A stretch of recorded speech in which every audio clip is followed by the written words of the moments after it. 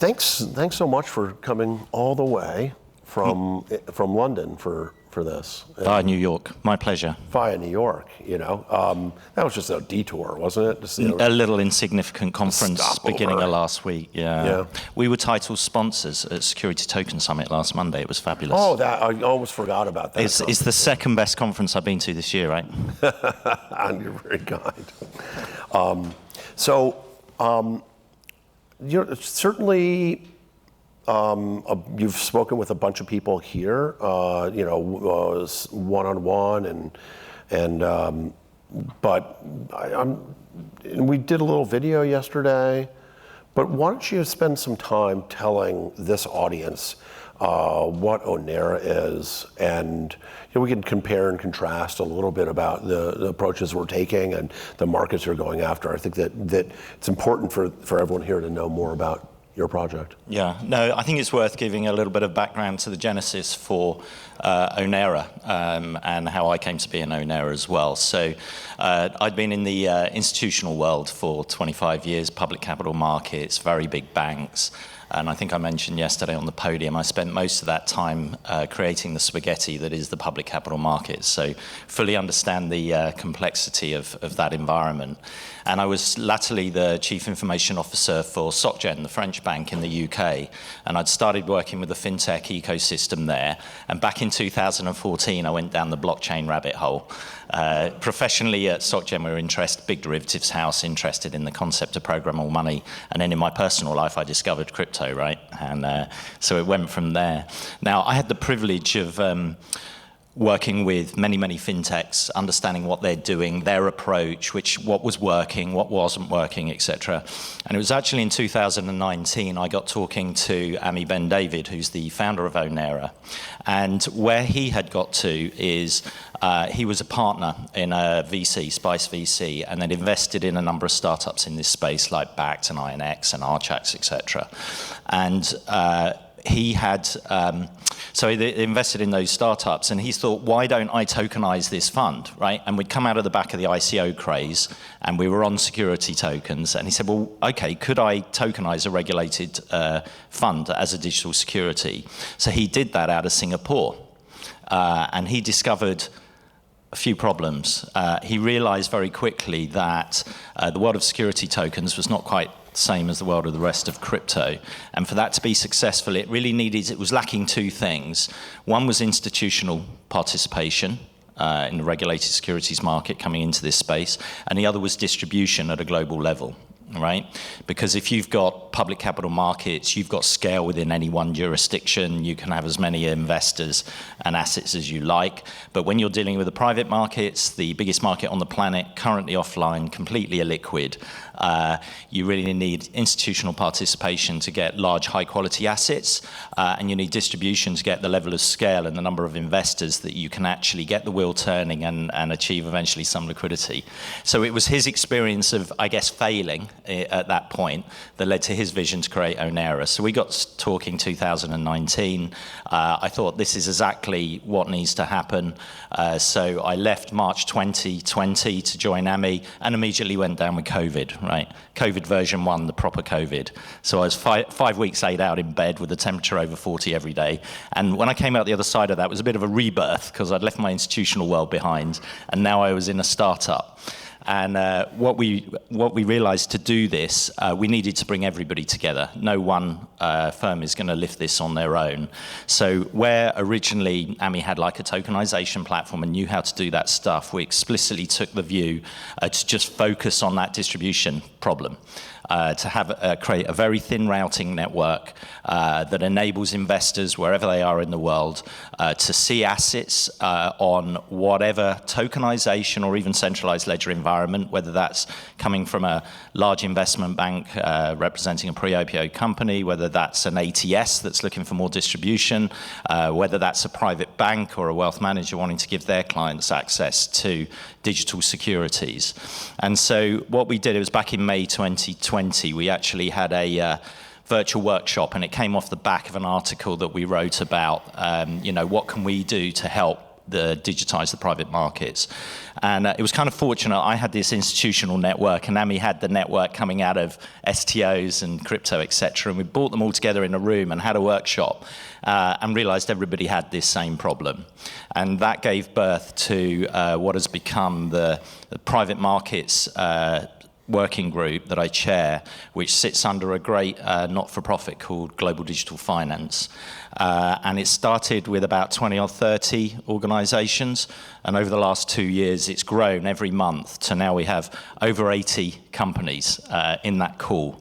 And I have to say, we couldn't have done it without COVID, right? So, as terrible as that sounds, I can say this slightly light-hearted because I've done COVID many times over. But the reality is the world needed to go online, right? Not just in terms of what we're talking about, but culturally. Before COVID, the idea that people could raise money without going on a roadshow to talk to investors, they wouldn't have thought you could do it online. The fact that you could convene a lot of institutions together on a Zoom, just 2019, people wouldn't have done it. But over the last 2 years, I have the privilege every month of inviting the largest banks, asset managers, fintechs, etc., into my living room, right? And that has proved to be a very powerful forum. The group we're driving buy-in for this tech protocol that enables this routing to happen, routing in America, routing between, I can speak American and English. To create this routing network that interconnects everybody. And we think that, you know, if you take this conference, everybody here, and this is Dave's been involved in this from the start, and it's an ideological thing, if you like. You know, everybody at this conference, I think, understands that, you know, we're trying to take the world's largest market online. Nobody's going to do it on their own. Nobody's going to have more than 1% of this marketplace. So I do a lot of sailing, and I use the phrase, a rising tide floats all boats, right? So for the next few years, I think that the most important thing that we can do is collaborate. We've all got different pieces to offer to this ecosystem, to bring that together, to have a chance of actually doing something which is really significant and transformational, taking the world's largest market online, right? It's a big remit. It's a very big one. So it's so big that it's almost insane to think about tackling the problem. So given that the market is so huge, there are so many players.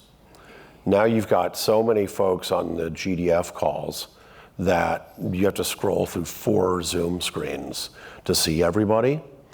How do you, when the market's that big, when there's so many potential participants, and they're all a little different, how do you break that down and chunk it so that you can actually achieve something? What are the tactics to get this very big amorphous group to move together in sync, to fly in formation? Yeah, great question. What I would say is, because I'd worked with various consortia in the past, actually, and they were painful, especially when they just include like a group of big banks. You don't really get anything done. You have a talking shop that you attend, and then people give up going to the call. This group was very action orientated, and it, like any these management consultants will tell you, right, you want a vision. You need to make sure everybody's aligned behind a common vision, first of all, so that everybody's pointing in the same direction. But the other secret I'll let you know is that if you've got 12 or 15 companies you're trying to collaborate with, it's really hard. If you've got 80, it becomes incredibly easy, actually. It's a lot easier to drive the agendas because different people can contribute in different ways. So first of all, everybody's lined up behind a common vision, but then you have different types of participants, and part of it's understanding the culture of different companies and different size of companies. So in that group, we have the largest buy and sell side organizations, right? All the tier ones, the biggest exchanges, and what you would call TradFi. Now, TradFi, and generally we started off with kind of the radicals, the innovators in these large organizations, the innovation teams, and the people who knew about blockchain and digital assets, etc. And they want to see this happen, but they're not so agile that they can mobilize that very quickly. right? On the other side, you have all the smaller organizations, the fintechs, who wake up every morning and this is what they care about so that they can eat, feed their children, right? And what we found is that the larger institutions, certainly for the first year or so, were basically clapping, saying, you've got the ball, run up the middle of the pitch, we're really supportive, understanding that, you know, their projects are much longer, they take longer time. And then we had everybody that were playing with the ball, right? All of the fintechs, and it's understanding the different parts of the ecosystem that people were bringing to it, whether that's digital exchanges, whether that's transfer agents, whether that's people offering innovative wealth services, etc. So it's been behind a vision, and then we actually had a very specific action-orientated goal. So we weren't like a committee just talking about standards. We were saying, no, we want to take this online. So we had this concept of this peer-to-peer routing environment with this tech protocol. It's a bit tech, fin, P2P. But then we drove that around specific goals. And I think this may be more an art than a science sometimes, but I think the energy of the smaller companies is what's driving that forwards. And the larger institutions are supportive of it, right, up to a point. We're not naive about it, but I think the reality is we've got maybe 3, 4, maybe 5 years for us as smaller players to actually mobilize this and make this happen and be able to do this in a new digital way, the way really this should be done, before the large institutions really get engaged. And hopefully we've got to the point where all those preconceptions about the way the existing public capital markets work, we won't be saddled with. We'll have got this to a point where we're driving real digital 24/7, you know, orchestrating instant settlement of securities transactions in the private markets to start. Who doesn't want this to happen? Who's going to keep this from being successful? Who's going to gatekeep this? I mean, what are the issues you have when you're a challenger, or you're an insurgent, or you're an innovator, and you're bringing new things to a market? Is there's almost always an incumbent, and the incumbent's either an idea, a system, an individual, or maybe another movement. Who's the blocker, or what is the blocker out there? And, you know, can you identify it and neutralize it, or is it, you know, have you put a finger on it? What stops us from being successful? Yeah, and maybe in a moment I'll explain why with 80 it's easier and 12 it's hard, because it kind of relates to this a little bit. There are two types of entities that either don't want this to happen or don't understand it and think that what we're doing is crazy, maybe. But the two types, one is existing incumbents. And for those existing incumbents, that breaks down into people who just think, they wake up every day and think the world will stay the same as it was yesterday. So they sort of have a low opinion of whether we'll be successful changing the world.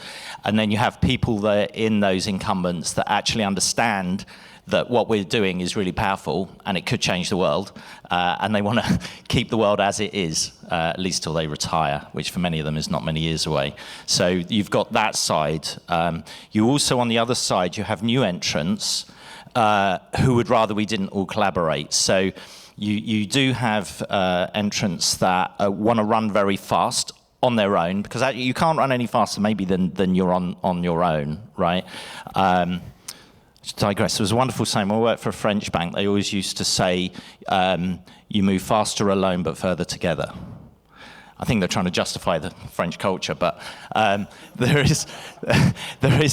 are people who are running very fast as fintechs, and the approach they're taking is we don't want to be dependent on anybody else. So what we're going to create is a walled garden. We're going to go vertical, and we're going to say, you come to our environment, we got assets, investors, digital custody, we do the whole 9 yards. You don't need to talk to anybody else. It's like we're going to wrap a warm duvet around you, and it's all going to be fine, right? So there are those players as well. I think in the short term, they're having some success, right? Because they can move faster than everybody else. But you're starting to see that, I think, fray around the edges. And ultimately, we don't think, my personal view is they won't last the course in that form. What will happen is either they'll go so far vertical, or they'll realize they need to start to interconnect, that they also need distribution, because we're talking about the private markets, and nobody going that way will get enough scale. I think it's important to understand there are supporters, people who are sort of passive, and then people who'd rather it didn't happen. I think when you've got 80 companies on a call, what happens is that you've got a third of them that have got their sleeves rolled up, they're explicitly supportive, and they're working to help us make it a success. You've got a third that are sitting there like with their popcorn. It's like, this is a great show, we'll sit back and watch this every month, and they eat their popcorn and they're sort of watching it and going, oh, this is fun, but they're not really, they're not against what we're doing. If it comes off, that's great. And then you've got a third that actually would prefer this didn't happen, but if they're not on the call, they don't know what's happening and they're missing out. Right, so it kind of keeps the whole thing together, and everybody on the face of it is incredibly supportive, all 100% of everybody. But we're not completely naive about the dynamics. But we've got the weight and the momentum with us to get buy-in, to create ecosystems that enables all of us to play a role and ultimately make a lot of money. Right, so the people in this room are early. Right, you may think, oh, I'm a little bit late. You're incredibly early in terms of regulated digital securities, which is a much bigger problem than crypto and a much bigger opportunity than crypto. So everybody that's here, if we collaborate together, are all going to be incredibly successful. If we don't, then 5, 6, 7 years down the road, it will be the traditional big tier one, banks, exchanges, buy side, etc. So we got a fantastic opportunity. Yeah, I might take slight issue with calling us early. Actually, early is a dangerous word, I suppose, because I said it. Yes, you're right. Because if you say early, especially if you're sensitive to the fact that you may have been early 5 years ago, I don't mean early in terms of you can't make money now. You certainly can make money now. What I mean is the sheer scale of this is you can make this much money now, but if you're there in 3, it's going to go like this. So I don't mean early like too early. I mean you're in the right place as a small company. You need to be here on smaller scale now, because you don't want to be going in at the same time that the biggest banks are trying to wire this up. I've always thought over the last couple of years that if you weren't a little early, you were very late to this. Because you all have been building this now for 3 years, right? Yep. And we've been building this for 4 years. And I don't know 4 years ago that if I knew that it was going to take 4 years to get to this point, that I could have set out on a journey like this. I don't know that it's incredible. My last company, in 5.5 years, we got to 100 million in revenues. And that, and we still thought we weren't big enough at that. And there's a lot of interest in this, right? But that hasn't happened yet. I think the difference here is that it takes longer to build this. And I think that if you're in this and you've been in this, there's a combination of sunk cost fallacy, like, oh, I can't quit, and strong conviction, and now evidence, because it takes to build a network like you've built, like we've built, you can't form it overnight. I'm actually really happy. I think that if folks come in to this now, and we see these at these conferences, right? These folks come in, they talk about they're going to do this or do that, and they haven't been in the conversation, and they don't fully understand the challenges. They're very enthusiastic, but we've been on the calls. We've dealt with experiments and the integrations and those things, that in fact, in order to be successful here, you actually have to make a long-term investment. And so I think of us more as being right on time. And certainly in terms of the scale of the opportunity, right? I mean, you have to have some perspective on this. All the various industries have gone through digital transformation, from telecommunications to media to whatever. We're dealing with most regulated and the largest industry out there, Yep. really, financial services. And it's been the last to go because of barriers to entry, high regulatory burden, all of this good stuff. And nobody was quite sure how it would be disrupted because the power of the incumbents and the protection they have from governments and regulators was large. What nobody predicted was crypto, right? And crypto came at the world from a libertarian vision, decentralization. It was retail. And it's been incredibly powerful, and I love it to bits because it's lit a fire under the financial services industry, both in terms of just the concept of cryptocurrency, but then the sheer innovation, people saying, right, I got this cryptocurrency, but I need something stable to trade in and out of, and they create a stable coin, which is slightly not, it's not how the regulated industry would do it, but it's utility, it works, and suddenly you're lighting a fire under banks around currency, all of this good stuff. But that crypto world is retail and niche, right? It sounds very exciting when you're in it, but it's only worth $2 trillion a year, which is actually a minnow compared to the opportunity we have in the securities markets. But it needed that disruption to happen. Now it gets serious because we're not retail and niche, right? We're talking about the global securities markets, starting with the private markets. And so it's not a slam dunk you do quickly, but people are invested in it. The prize is massive. And we can see now that the greater regulatory clarity around digital securities, the sheer momentum, the larger institutions can also see that this is happening, it's really like surfing. Look at my good friend Frank over there surfs. It's, you're paddling, you're trying to pick up the wave at the right time, right? If you're too early, it'll crash over your head. If you're too late, you miss it. Yeah. And I think we're in the right place, paddling and picking up that wave, and should be able to ride it all the way into the beach and then sunbathe the rest of our life. And I think there's a really interesting wave happening right now, which is timed really well for this industry. And that is the public market uncertainty. Public markets are, the all-time highs for some of the hottest stocks are 80% ago. Stable coins, very interesting. These projects can be created very quickly. They can go up, they can go down. They're not actually very stable. I mean, if you think about the stable coins, that's the craziest fix ever. I mean, the volatility in those over the last couple of weeks, and this is kind of this right here. I think is actually the ultimate. Private assets are the ultimate stable coin, if you think about it. Yes. I mean, I don't want to digress onto all of that, but there is also, if you're interested in how the traditional financial services industry thinks in a positive way, I read every day Matt Levine from Bloomberg does this very witty, dry, almost American but almost British dry sense of humor around this whole stuff. And he was predicting these algorithmic stable coins would death spiral days before they did. Perhaps he caused it, I don't know. And you have different sorts of stable coins, maybe better or worse.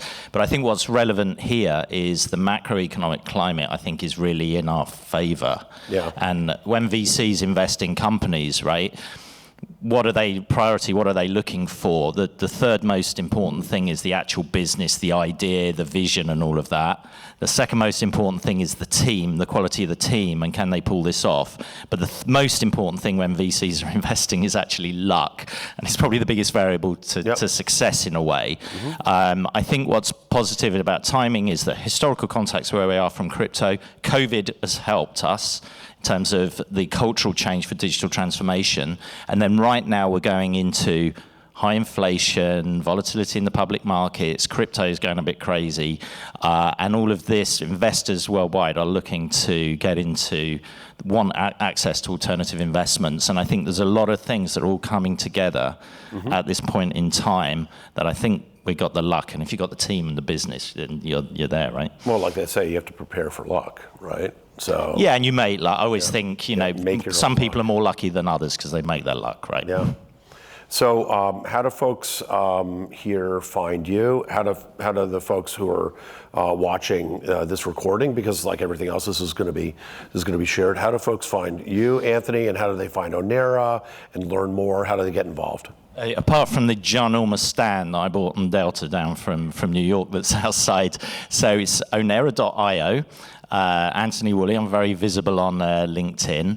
And this not-for-profit group, if you're interested in finding out more about it, then love to talk to you. We welcome participants into that, find out what's going on. So in summary, I'm quite easy to find. Thank you for finding us here in Austin. Thanks for the partnership, for the support. Thanks for sharing your story with the folks here on Saturday morning. It's great to see you again. Anthony, thank you so much. It's been a pleasure. Yeah. Fantastic. Thank you.